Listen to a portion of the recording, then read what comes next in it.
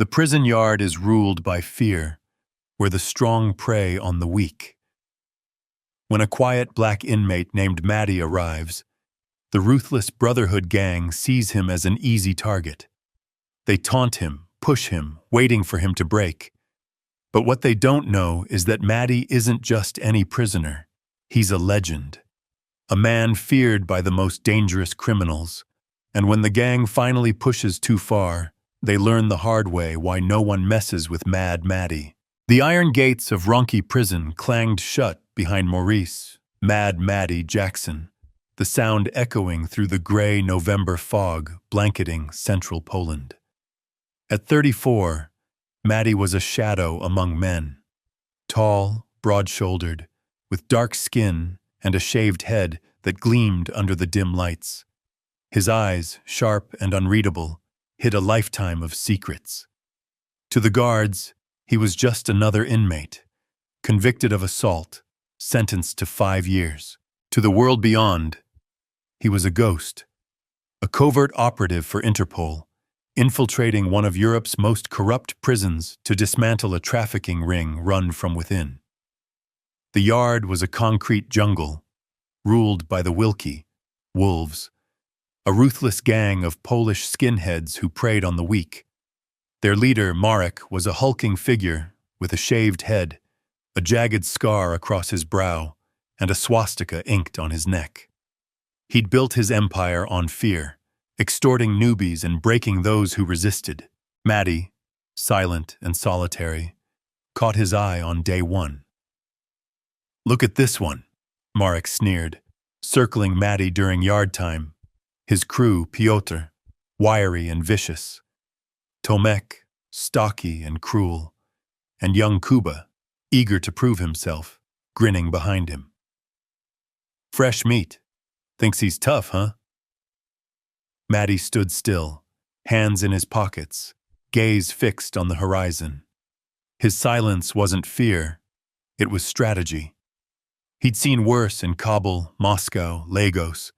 This was child's play, but Marek mistook it for weakness, shoving him hard. Maddie stumbled but didn't react, letting the jeers wash over him.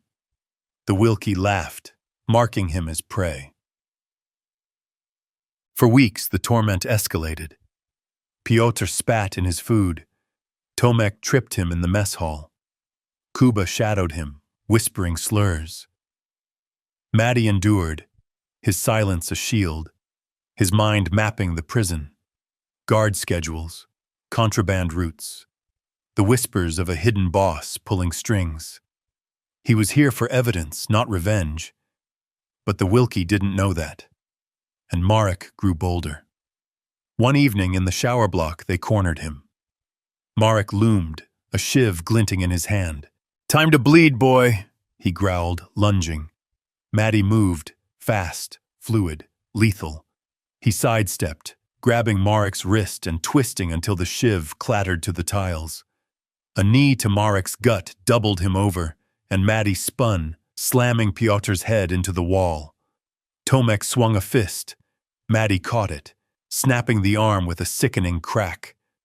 Kuba froze, wide-eyed, as Maddie turned, his calm unbroken. "Stay down," Maddie said, voice low, the first words he'd spoken in weeks. The Wilkie sprawled, groaning, as he walked away, water dripping from his skin. The prison buzzed with the fallout. Whispers spread. He's not normal. He's something else. Inmates who'd shunned Maddie now nodded in wary respect. The Wilkie retreated, licking their wounds, but Marek's pride burned. "He's just one guy," he snarled to his crew, nursing a bruised ego. "We'll break him." But the tide had shifted. Maddie's silence wasn't weakness. It was a warning. 2 days later, in the yard, a rival gang, the Sieni, Shadows, tested him. Their leader, a lean Ukrainian named Dima, swung a sock full of coins. Maddie ducked, disarmed him in seconds, and left him crumpled with a fractured jaw.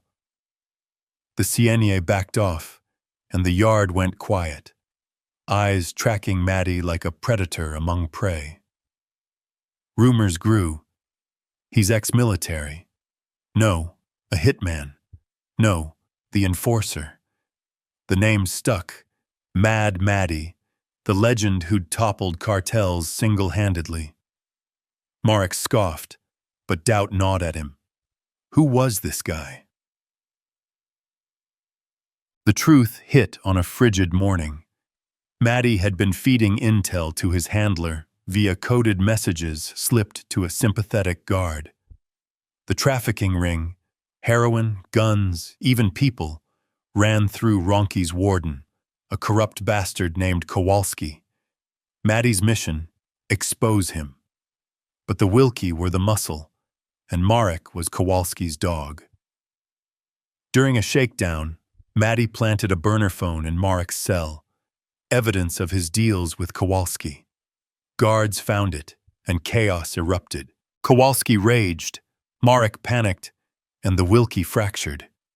Piotr turned on Tomek, blaming him. Kuba shrank, terrified. Maddie watched, silent as the empire crumbled. That night, Marek cornered him in the laundry room, alone, desperate. "Who are you?" he demanded, voice trembling. "What the hell are you?" Maddie leaned close, eyes cold.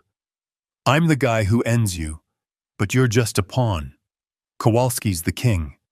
Tell me everything and maybe you walk out alive." Marek stared, fear overtaking hate. "You're him, aren't you? The enforcer?" "Does it matter?" Maddie said. "Talk." Marek spilled, dates, names, drop points.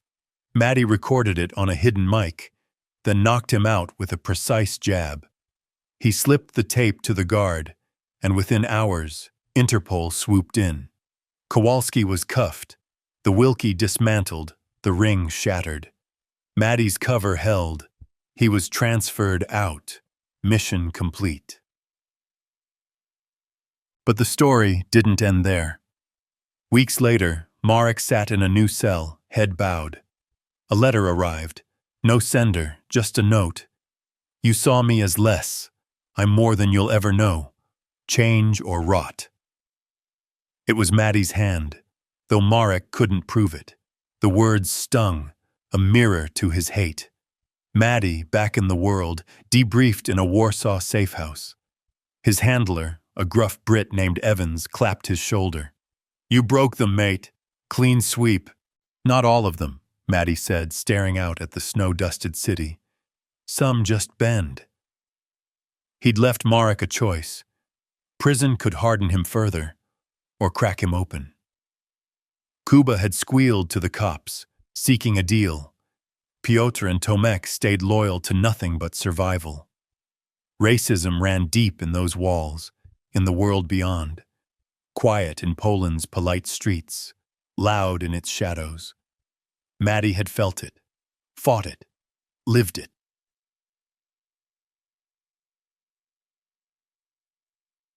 Months later, Maddie stood by the Vistula River, free but restless. Word trickled back. Marek had taken a plea, started talking to a counselor, wrestling with the note. Kuba mentored kids in juvie, a flicker of remorse. The others drifted, unchanged or untested. Had Maddie won? Corruption was down, but hate lingered, a hydra with endless heads. He'd exposed it, humbled it, but not killed it. His past, missions, losses, the scars of being other, hovered, a ghost he couldn't shake. Would it catch him one day? Maybe. For now, he walked on, the enforcer's legend growing, his silence louder than ever.